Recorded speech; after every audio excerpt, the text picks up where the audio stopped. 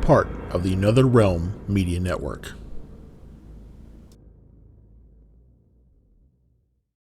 Coming up in this episode.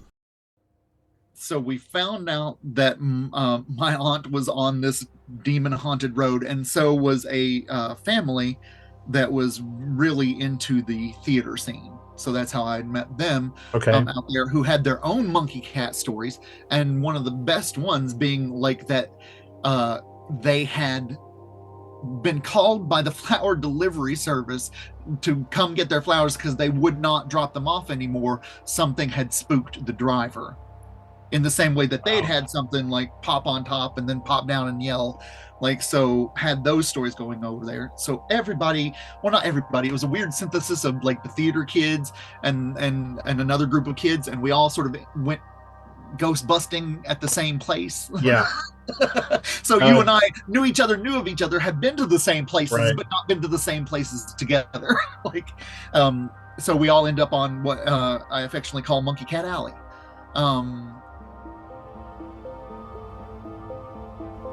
Welcome to this episode of Mysterial Experiences, where we delve into the heart of mystery and the ethereal. Today we invite you on a voyage through shadowed realms of the unexplained. From spectral whispers to cosmic enigmas.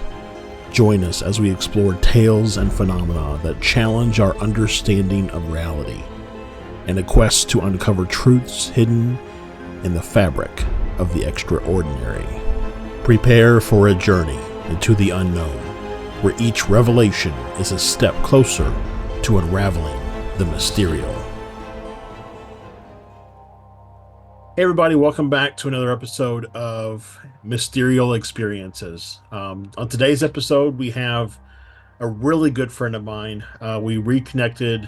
We went to college together for a period of time, but we were like friends of a friend. We knew each other in passing. But over the last probably 3 years or so, we've really developed a really strong friendship. I consider him a guide of mine. And so we got him on the show. His name is Santosh David.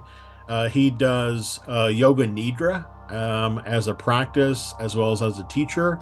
And we just get into a really good conversation about Yoga Nidra as well as some of the things that make up the mysterial. So make sure that you stick around. As a reminder, if you have an experience that you would like to share on the show, you would like to be joined for a discussion, or you just want me to read your experience, please email me at Josh Rutledge, that's RUTLEDGE, at mysterialexperiences.com.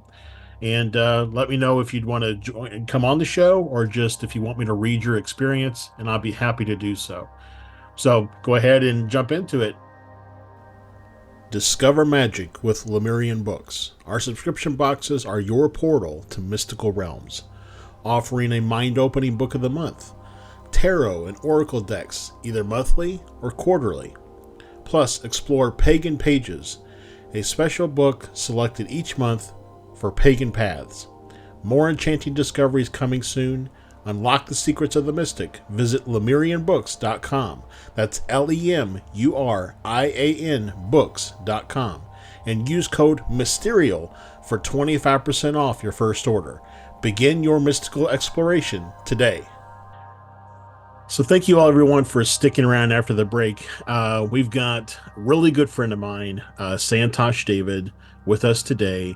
Santosh is a Yoga Nidra practitioner and trainer, just all around interested in the paranormal, the UFO-y, the Sasquatchy, the mysterial things, if you will. And really good friend of mine for about the last 3 years. We knew each other before then, but really over the last 3 years or so, really developed into a really great friendship. And I would consider him a mentor for me in my spiritual practices. So thank you so much for being here with us today, Santosh. I'm honored to be spoken of so highly and to even be considered. So thanks for having me. So before we get too much into the mysterial experiences, name drop there. What is Yoga Nidra? It is the thing that I love most. It is a technique that in the 40s Swami Satyananda put together. And funny enough, I made a little note. Uh, this phrasing just came to me in thinking about it. It's a synthesis of ancient practices. Mm, So Yoga Nidra itself in this form did not exist prior to Satyananda in the 40s. Like putting all together, there's origin story. It's out there. It's in the book. Um, and so he taught my guru's family. They all got initiated at the same time, mhm. and so I would say that I'm like third in line, like in that way. Like if I Oh, wanted to okay. boost myself up, it'd be like the information I'm basing off of it is just off one generation. It's Mm, not, like I did not train with Satyananda. I do not speak for him or know right. or to any of his motives. Um, but But I'm in the grateful that he put it together. And the reason I said that is like Yoga Nidra might crop up as a phrase in some of the old like Vedic literature or things here and there, but as it's mostly practiced today and what has sort of sown the seeds for other things that have de- developed this technique further, um, we can call it ancient in that way, mhm. but just oh heck, that's almost 100 years ago though. In the 40s, it's not too, it's Yeah, 80 years it's not ago. 80 years ago, less than, but yeah, I mean, or a little, yeah. Um, so So in the realm of the telephone game, that is the conveyance of information in kind of more what's the storyteller form? I can't think of what that's actually called, but in that telephone game of passing things down the line for your specific strand, let's say you're still relatively short in that telephone game. if that matters to people, yes. Yeah. There's not been too many cooks to fluff with the recipe before. Okay. I know Shanti Murti, my guru, uh, sort of re-envisioned the things and used more of the storytelling aspect of it, which I have taken wholeheartedly and fluffed up as well with shamanic journey work. But still, I don't think I've even described what it is. It is a guided meditation practice. It is a complete practice in and of itself. As in, like, just doing it alone is a session, a yoga session, and that it is systematically designed to help you release stress through all of what yoga philosophy considers your five bodies, starting with the food body, then the energetic body, the mental body, so on and so forth. So it is tailored to that thought of the koshas, the sheaths that we Mm, exist in. uh, Pretty much the practitioner lies down and listens, and you imagine along. And of course, what you put into it is what you get out of it. If you're only half-ass visualizing, that's going to be the experience. So you mhm, kind of, there needs to be a willingness to do there, because it bumps up. Perhaps my Shanti Murti did not like it being compared to hypnosis mhm, at all. um, so hypnosis would be trying to tell the fish what to do. Yoga Nidra shows you which ones come up, and the three that I like to jokingly talk about for me is Larry, Moe, and Cheesecake. And so Larry comes wrong. I'm feeling there's a fight in my mind.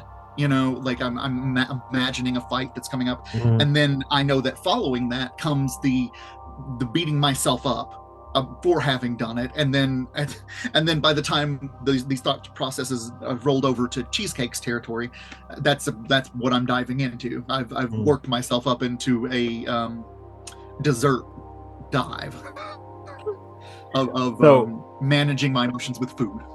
so for And so those, let sorry, me go let me ahead. let me get this Okay. out. Yep. And so knowing that pattern, I can start to intercept it before we get to Cheesecake. Mm. I can be like, oh, look what you're doing now, and that gives me space between my reactions. So that's another thing that it does. Okay, that's what I wanted. Okay. So thank you.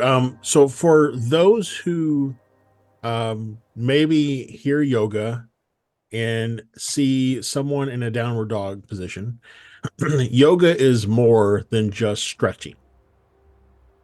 Hallelujah.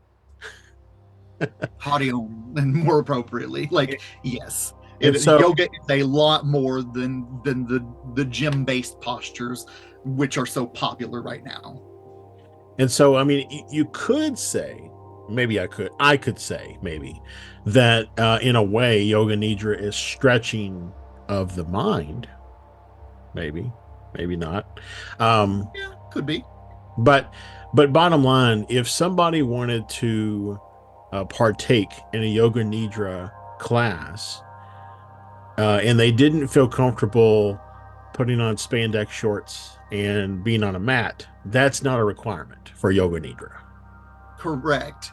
You spandex at your own, at your own will and desire. Like If you you want to have sit in spandex rings. spandex and take the But class, yes, that's up all to yeah, you. all But this is one of the internal yogas, and so it is all done inside the self, inside the mind, inside the layers of the self. If you want to get a little woo mhm.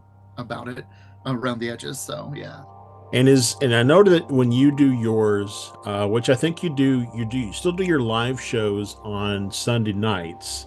Mm-hmm. But it's towards the end of the day, closer to the like well, quote unquote bedtime. Is that because, does like Nidra mean night, or does it No, just no, Nidra means sleep, and it's funny because where it is now is the evolution of me having been teaching it over the past it'll be 12 years in a month.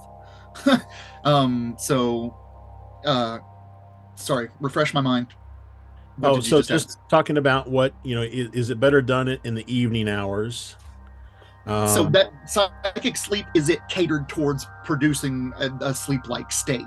So where it's classical yoga nidra is you go in, you get the refreshment from just going in, like by taking your mind through these layers and these exercises, you are promoting more of a theta dominant mhm, vibe in the brain, like because normally we only hit that state as we're going to sleep. right. And yoga nidra, if we want to talk about stretching, is stretching out that experience Okay. into more than just on the way to sleep, into there are worlds in which you can explore, and it gives one so much beautiful opportunity to work on the language between Mhm. oneself and one's subconscious, or Okay. oneself, or whatever you want to put in the second one. But for And, this and, purpose, and so that, we're going to talk on the brain.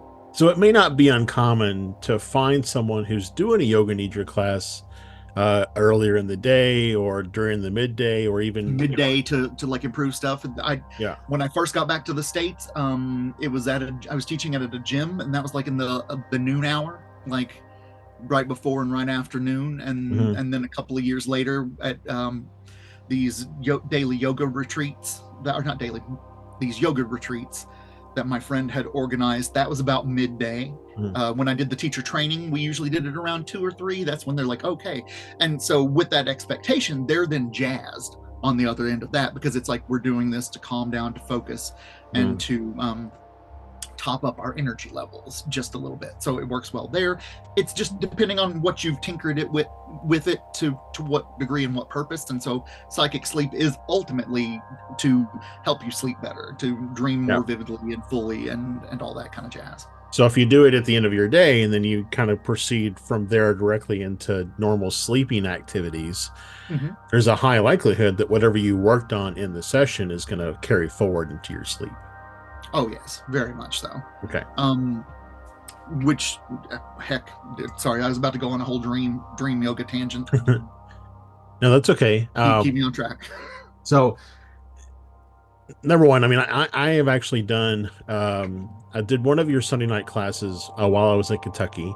Now that I'm in Arizona, it, it doesn't quite, I mean, I could probably still do it. It would be like 7 o'clock my time as opposed to closer to bedtime, but I could probably still do it and help me to wind down from my day and prepare me for kind of slipping into that more dreamy state of getting ready to go to bed. And then, of course, doing it on Sunday night for me, my weekday starts on Monday, so that really prepares me for a good week going into it. Um, Week reset for sure, but that's also why I came up with psychic sleep echo sessions. I record the live Sunday night Zoom stuff, and then I crop out all the talking before hmm, and after, so it's just the technique. And if somebody has signed up for the class that week and with echo session, I send them the link, which is good hmm, for a week, and they can make it cater to their lifestyle. yeah, that's really it's really interesting. It's like having leftovers the next day, right? So I'm I gonna guess have you a can look at it that way. I made a really good meal. and there was a little As bit long as left, you whatever that. like leftovers. Yeah. We both share a Oh, friend who hates leftovers, yeah. so you It's, know. I grew up on leftovers. In fact, usually you have, leftovers throughout the week, and then on a Friday you have leftover casserole. So Anything can be a anything casserole. goes in, throw some Ritz crackers on top and you're good. So, Yes. um, Also, just to talk like about, I think we've discussed this before, is that like everybody, the whole nation being kind of thrown into lockdown and educated on what Zoom was has helped me in terms of teacher like thousandfold, because half the work that we're doing is getting you relaxed enough in the first place to start mhm, letting go. Well, where better than your own bed right, or your comfy chair in your own space? And so they're on a different level now, because you right. I try to remind people that comfort is important, but comfort is key, and I'm glad that it's woven in that way in the Right. background. And so if you're an introvert, maybe, and you would have previously, kind of shied away from doing a class like this because of the extrovertedness and the energy requirements of that, now you can join in with Santosh from your comfort of your home, your hotel, wherever, whether you're traveling for work or whatever, wherever you are, you can join in, participate in the session. Uh, Live your full introverted life. yep. Like, yes, Yeah. yes. No, yeah, So, you don't have to talk at the session beforehand, like on the Sunday nights. You're just invited to talk, because I as part of my teaching, I try to convey that there's something called communal wisdom, and that we just by showing up and telling our own stories, other people can find that helpful. mhm. And so that check-in's kind of built in. Which is, That's not everybody's thing. You don't have to talk at the front. And then at the end, I ask people prompts. It's like, okay, we went by the box in the river. Did you take anything out of it? Because I mm, didn't say to. Things like that to help. Because they are like shadow memories coming out of a dream. mhm. When if you wake yourself too jarringly, you sort of lose track of all of these delicate memories. But that's why we sort of do a review at the end for those that want to stick around. Well, the whole idea of, sharing your experience to help others grow is really the whole idea of this particular podcast. And so I 100% support, um, sharing, because we are all connected. I mean, I think, I can't remember if it was a previous episode or if it was just me talking to somebody else. And so it may not be in a previous episode, but I equated humans to closer to like the redwood trees in California. We're all individuals, but we're also connected on a very deep level, in a deep layer. And so I think that sometimes we forget that as humans, and we think, There is a unified consciousness that yeah. we by birthright can access. And so I think sometimes we think that we have to exist alone, right? That we're always, at the end of the day, we're alone. But in all Especially actuality, people we're who are never pioneers or alone, vanguards. right? Sorry, what's the last thing? I didn't mean to talk over you. I just said that at the end of the day, we're never alone. We're never alone. I like that. I like that. So switching the gears just a little bit over to kind of the mysterious side of the house. Not that getting into consciousness studies, I think, would maybe fit within that a little bit, but But um, where's the spooky? where's the spooky? And so, I know that you and I have had some interesting experiences together, and maybe we'll talk about some of those as we go. But do you have any that maybe, excuse me, I'm not familiar with? There are some that I could pull off the top of my head that I've heard our friend talk about. But just anything that what I want to look at is not just in the realm of UFO or ghosts. I want to look at it holistically. And so, are there any experiences, anything that the mainstream media or mainstream society would say that's weird, that you can think of? In my more boisterous days, I would say yoga is helping you to discover your own godhead. Like, if you want to really get down into that, because to find the undifferentiated self at the end of the day, Hmm. like that is what is referred to as God. Like the Patanjali Sutras call it Ishvara. But and it's that soul that is not in any way covered. The Hmm. center of the essence of the onion, and all the layers have peeled away, Hmm. and it is free of your likes and dislikes and your opinions in general. And we're more a part of it than it's a part of us, if we want to look at it that, like, Mm. in those terms. Um, so that's kind of fun. That in like one of the reasons I'm in, and I will say this time and time again, I'm in it for the superpowers. And supposedly along the yoga path, especially in Patanjali's yoga, Raj yoga, there are things that look like abilities, but all it is learning to apply one's focus onto an object and to be able to hold it there past the brain wearing itself out and all that kind of fun stuff. And so, right, that's where it starts to border into the magical, right? Like Yeah. any scientific system that's so far advanced, we wouldn't be able to distinguish it from magic. Right. And in that way, I think it was the magic of the olden days, of the people that have studied going into the self. And oh, there was another thing, sorry, that I wanted to add, but it's, if it comes back, Okay. I'll Yeah. read it So, out. we talk about magical powers within that realm. I mean, I guess we're thinking, at least for me, when I go to is like, maybe the monk who can sit in a lotus position and levitate.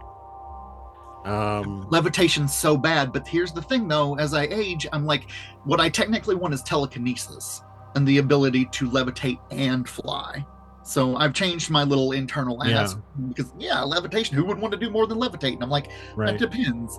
I'd want to be able to levitate at least a couple of feet, because I don't think an inch or two would be that impressive. And here I am downplaying something that is Yeah. phenomenal I and levitated spectacular. an inch, but that's not enough. Yeah, that wasn't what I wanted. Size I think I've matters. done that once while I was dreaming, because I had this. It was a psychic dream. I was thinking about someone, and I was in the car, sort of floating around with them and their friends, and then all of a sudden it was just like I hit something, and I didn't just sit up and fall back. My whole body went bounce, bounce, bounce on the bed. Now I guess you could do that from the right kind of fulcrum, but regardless, I was woken up from that. Smashed straight out of dreamland. And what was that but a an application of awareness towards something, thinking Yeah. about this person that I had a crush on, and come to find out that actually they did have a wreck, Mm. like around that time. And I was like, oh, that's why I haven't seen you in a while. And I was like, Wow. that's weird, Yeah. because I was in the car and all of a sudden I was slammed out.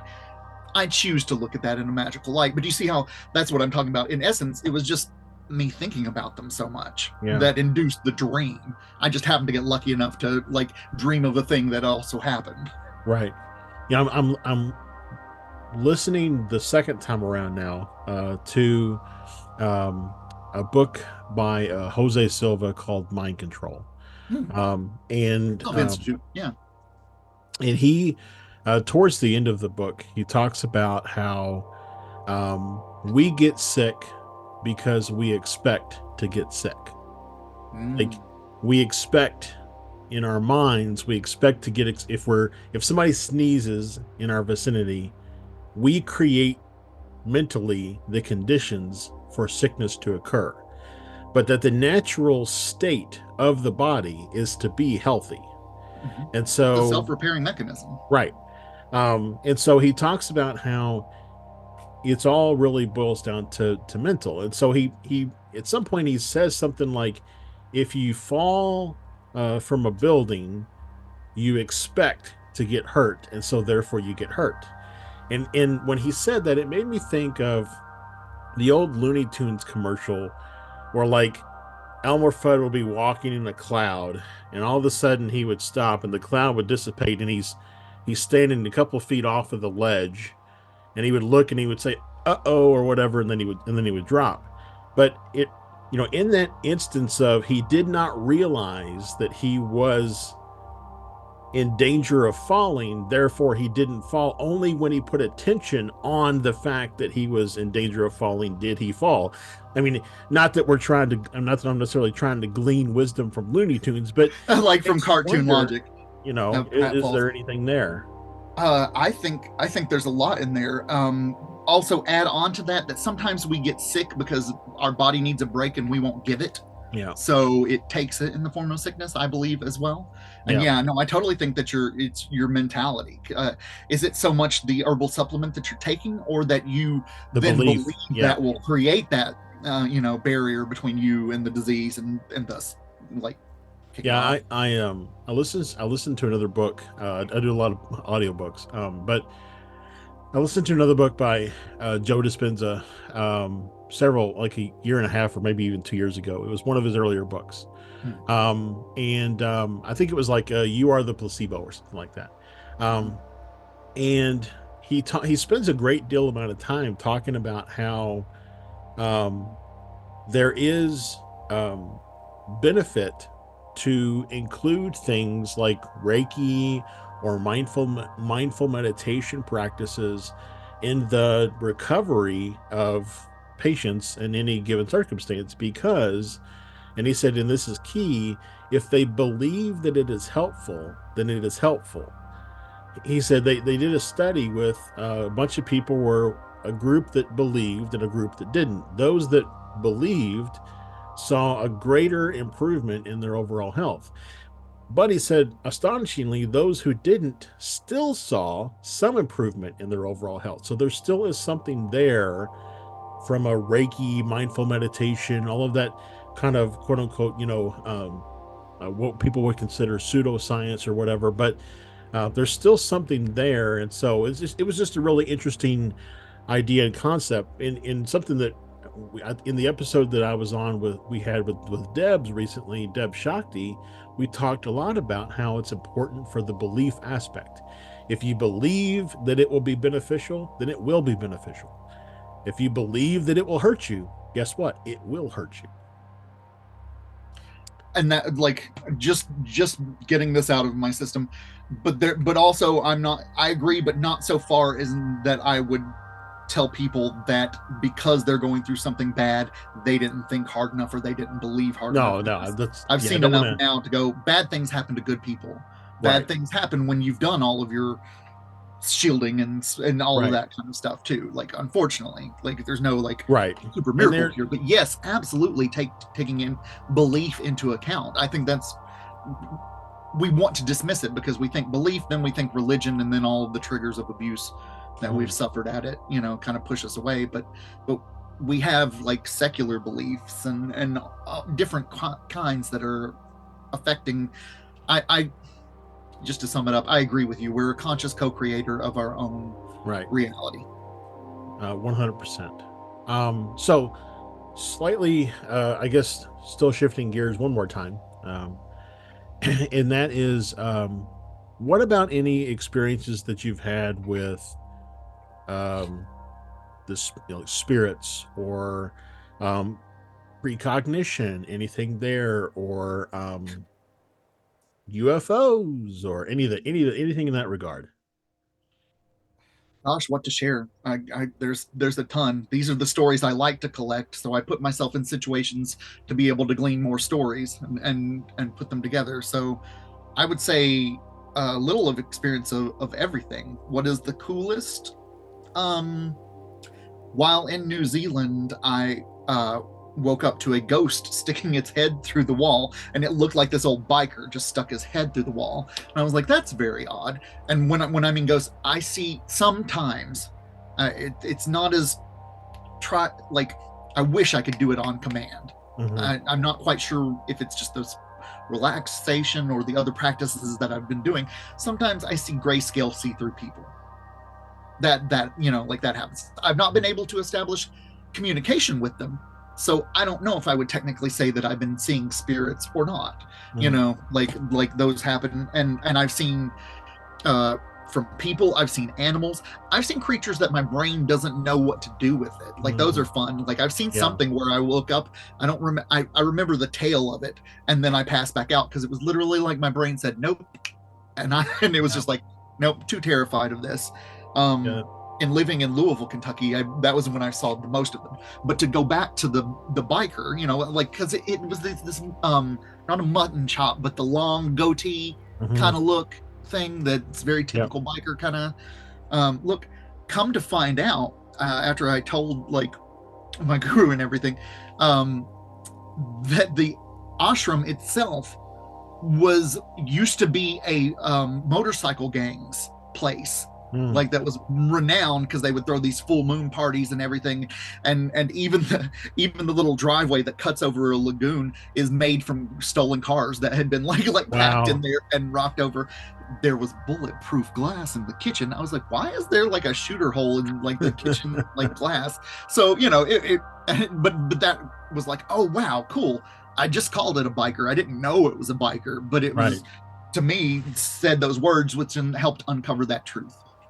I think that's pretty spiffy, you Yeah, I know. mean I have a couple of times where I've seen spirits, never in direct look. Like I've always seen them in my periphery. In the Like peripheral. it's never been, always when I turn to look, there's nothing there. But always I see in my peripheral kind of the, something moving around or whatever the case may be. I did have that really cool experience in Louisville, Kentucky, a couple years ago, where I snapped a photo and caught that, full color spirit just kind of standing off in the background of like this. I mean, we were in a storage room with no lights on. There was no reason for an approximately 6 or 5 or 6 year old boy in overalls to be standing in there. So I have no doubt that what I caught was, a spirit on camera.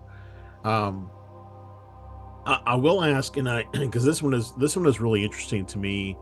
And I this is a one that I know about, is the monkey cats. And the monkey cat stories.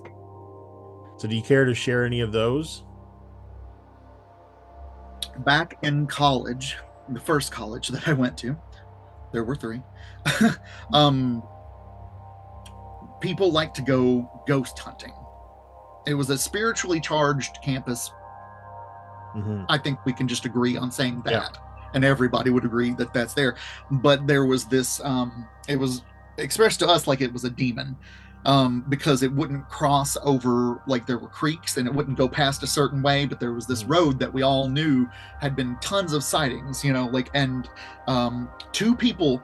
Come to find out, my aunt lived on that road, and I was just actually about to bring her up because I'm like, ooh, the ghost kids. I Yeah. don't have much ghost kid experience. I don't like that. That's a little, Yeah. that wigs me out a little much. But she saw a little girl, and Galosha's whole family was there, has seen that little girl at different times, Mhm. like around that. So same road with the demon. Yeah. Then a whole family who had claimed to see it once, like that it was something jumped onto their van, jumped into the light and away, like to make a noise, like a roar. I Yeah. don't know, like to make a noise and then pop away. So we found out that my aunt was on this demon haunted road, and so was a family that was really into the theater scene. So that's how I met them, Okay. out there, who had their own monkey cat stories, and one of the best ones being like that.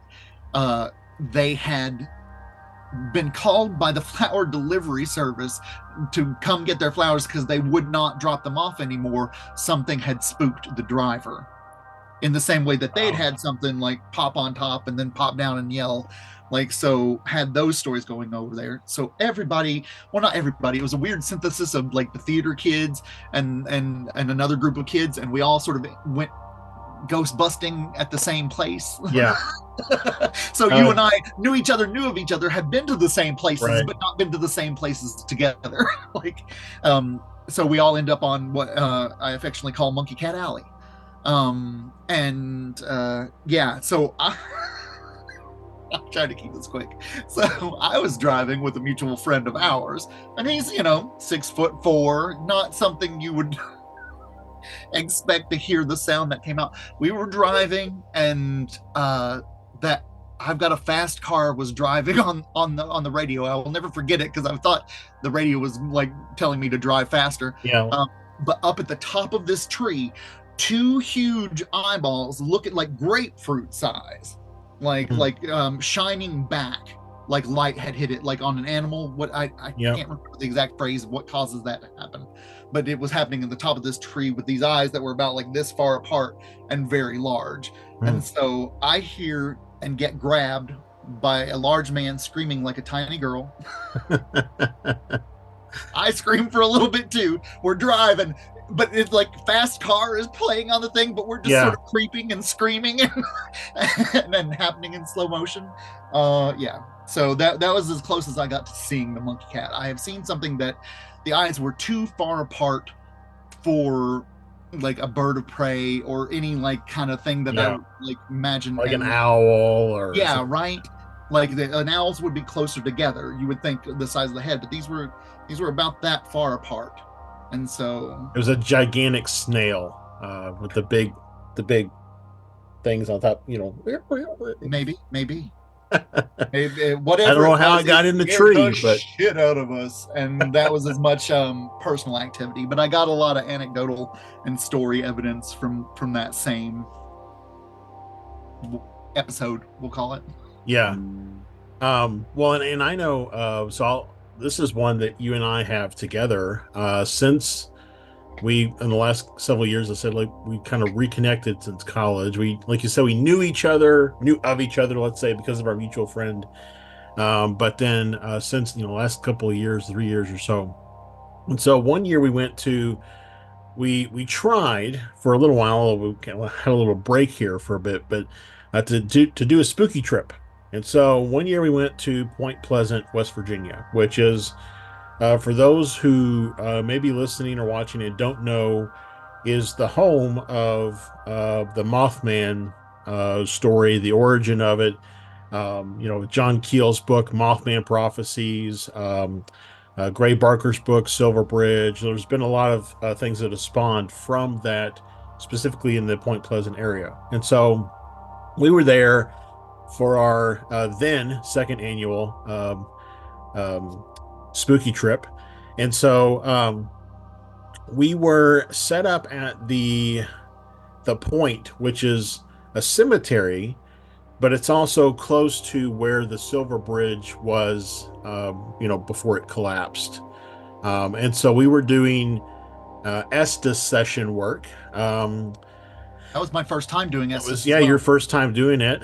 Um, and we had some really, really interesting stuff that was coming through.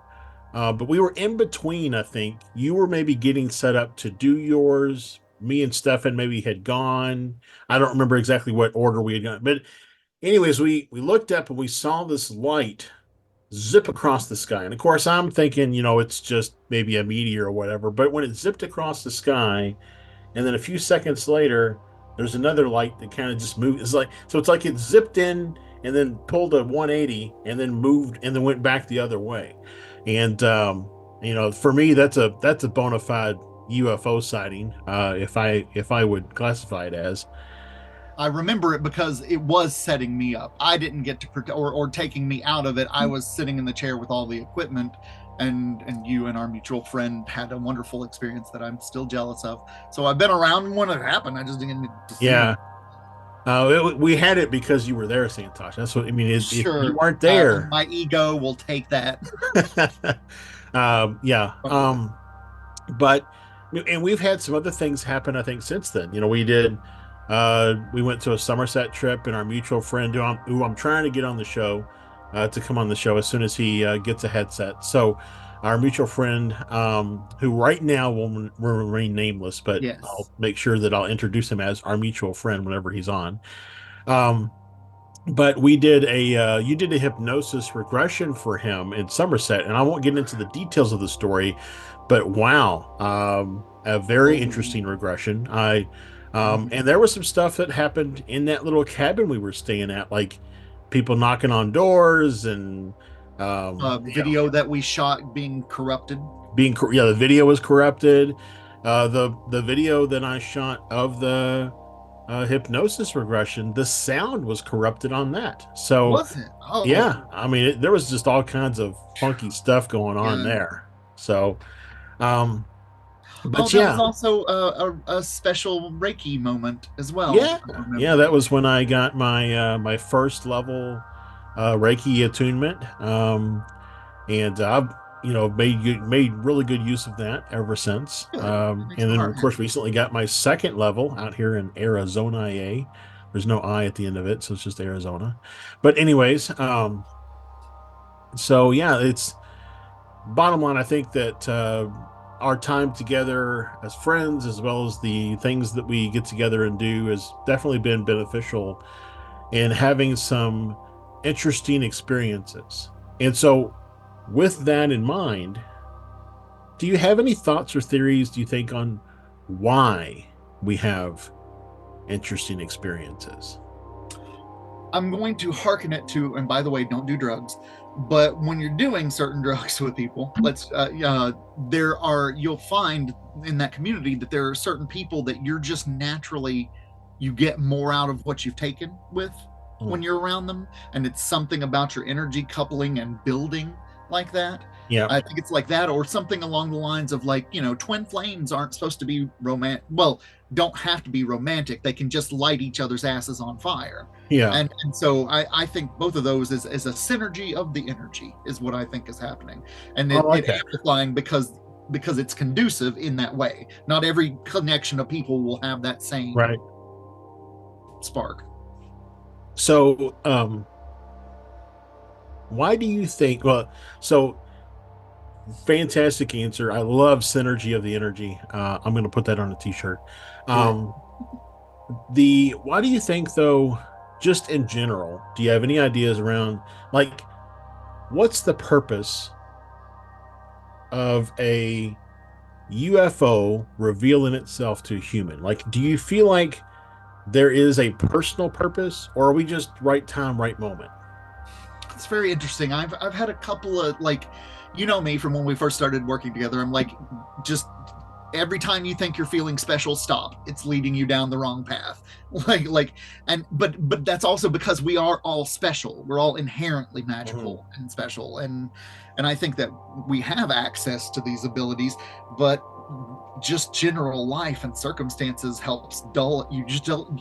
For me, I'm just continually, I have to fight that I dull things around myself. Mhm. Like, um, that didn't come out right, but I know you know what I mean. We don't think you're dull, Santosh. No, no, no. Um, like, so why a person, I think that's to be determined by the individual, Mhm. because it's like saying, like journey work, shamanic journey work, or things like that. Mhm. You put yourself through them, and just that relief of having survived is enough to give one more clarity. Um, Sorry, I know I was getting out on a limb on that one. No, that's Um, okay.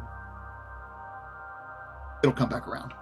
Well, so and that's kind of something where I am really in when it relates to all the things that happen, whether it be spirits or UFOs or even I would say even potentially alien abduction could be lumped into this as well. But that it's very much um, meant for the experiencer, in that you and I could have the same sighting, but we each get something different out of it because the message or the experience is meant for the experiencer. We've talked about it before, you, me, and the mutual friend, he who should not be named. Yes. Um, we've Shall talked not. about it before, how uh, we've talked to people who are looking at the same part of the sky, and one will see something and the other will not. And I really think it's because the experience is meant for the person it's meant for. In the way that it's meant for them. Okay, so forgive me for using like a First Nations story, but it's a real, like, as in not being First Nations, I don't have the right to tell their stories. But a story that came across to me that fits well is a white buffalo calf woman, and these two brothers happen upon her, and one immediately lusts after her and wants her to be his wife, and the other brother was like, "Whoa, whoa, can you not tell that this is a special being? You don't treat it that don't treat her that way." And the first brother bravely walked up to her, and before they could touch, a windstorm of dust rises up and falls back down, and the brother's ashes fall to the ground in front of the woman. Mm, And to the other one, she's like, "Don't be afraid. You were right. I am special, and because you saw that, I have knowledge to share with you." And he's like, "But mm, my brother," and she was like, "He got exactly what he wanted. We had a long life with many kids. It was a good life, but that's all he wanted out of it, or mm. that's all he thought he wanted out of Right. it." and he got what he wanted. Same experience, two vastly different like comeaways with it. Mhm. I feel like that illustrates it. Oh yeah, that definitely fits. And I think maybe it's even apt to the other thing that, I'm really trying to accomplish with this podcast is to make people realize that um, there are things that are bigger that are happening all the time, and that they're related and also not at the same time. Mhm. The And paradox that abides. if you're looking at UFOs, but you are unwilling to consider the possibility of anything outside of a UFO, Sasquatch, spirits, ghost, poltergeist, crypto, whatever, then you're missing the point. You're you may be having a great experience in the sense of the brother with his wife and his kids, but there's more to be had by looking at beyond what you're currently considering. But also that the first brother wasn't wrong. He was, he was conditioned and Right, went like in what was expected. And that doesn't mean he's the villain. Like you say, like it's what was missed out. It was only there for the seeker. right. It wasn't, like it wasn't necessarily there for the experiencer. It was there for Yep. the seeker. And that I think changes things. Like your dreams. There are certain dreams that just stick with you, and you know deep Mhm. down in you that they have a significant meaning, sometimes that you can't articulate to anyone else. And Right. so that dream was for you. But some dreams you share with others because uh, I what I how, sorry, going off on another branch and thought seeding, but like it's good wrapping around to that. What you get out of it's what you put into it. Like Right. especially with Yoga Nidra, if you don't want to pretend that you feel good, if you can't even fathom just pretending to feel good for a moment, this is not for you. Right. Like you need different kind of help. But that's also like having done the Nidras for so many years, it's amazing what people get out of it. That I delivered the same thing to a group of people and they have vastly different takeaways. Hmm.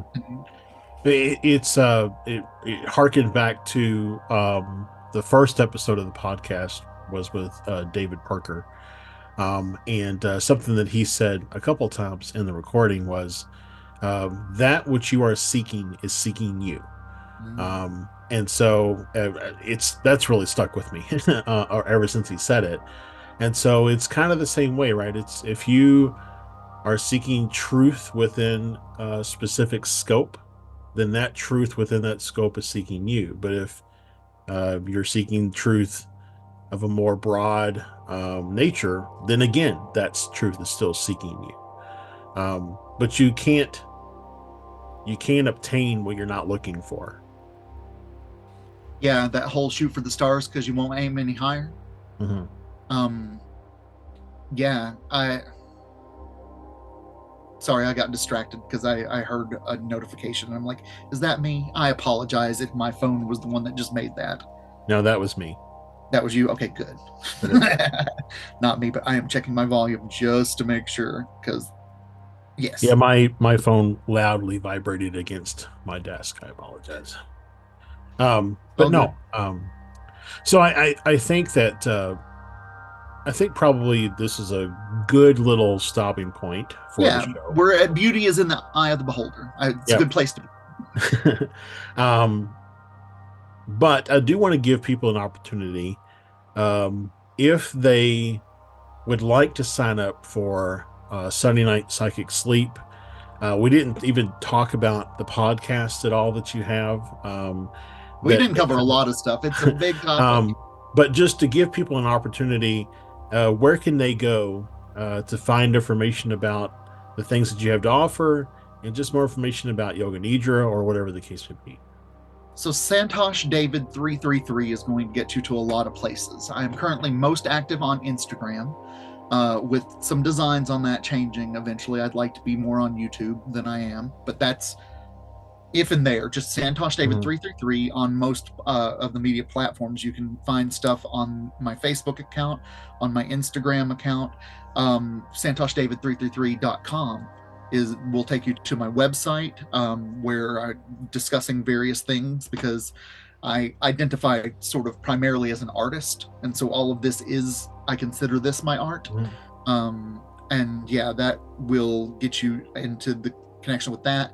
If you're on Spotify podcasts, um, I think Santosh David 333 will get you there as well. And that's what I call messages from in between, which get into later. It's a whole thing. It's the first 10 minutes of psychic sleep, and I've turned that into a podcast.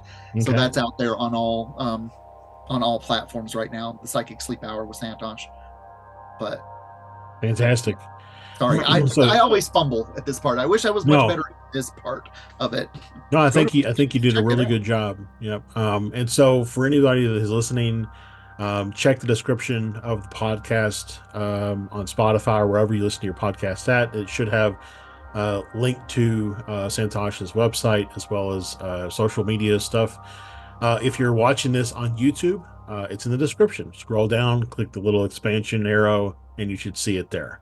I want to again thank Santosh for being here with us today. A lot of great You. conversation, sharing of his experiences, and thank yeah, just thank you and thank you all for tuning in. And I hope you have a great rest of your day, week, month, year, whatever the case may be. Hope it was helpful.